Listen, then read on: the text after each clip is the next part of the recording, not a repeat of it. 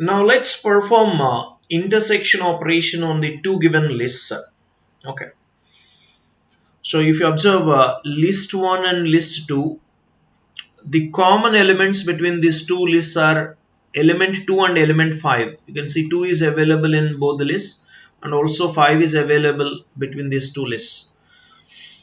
So let me call a function which is find intersection function.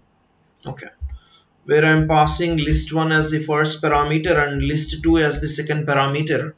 Okay, so let us define this function now.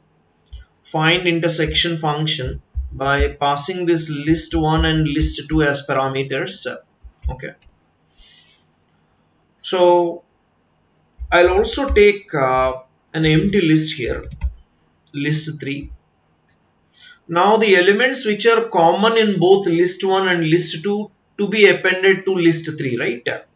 So you can iterate using a for loop for element in list 1. If the same element is available in list 2, then only you append the element to list 3. Okay.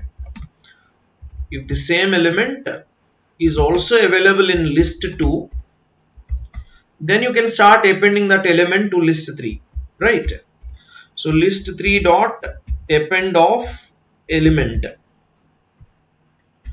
So this is how we can append, right? So finally you can display list 3 which contains the common elements between list 1 and list 2.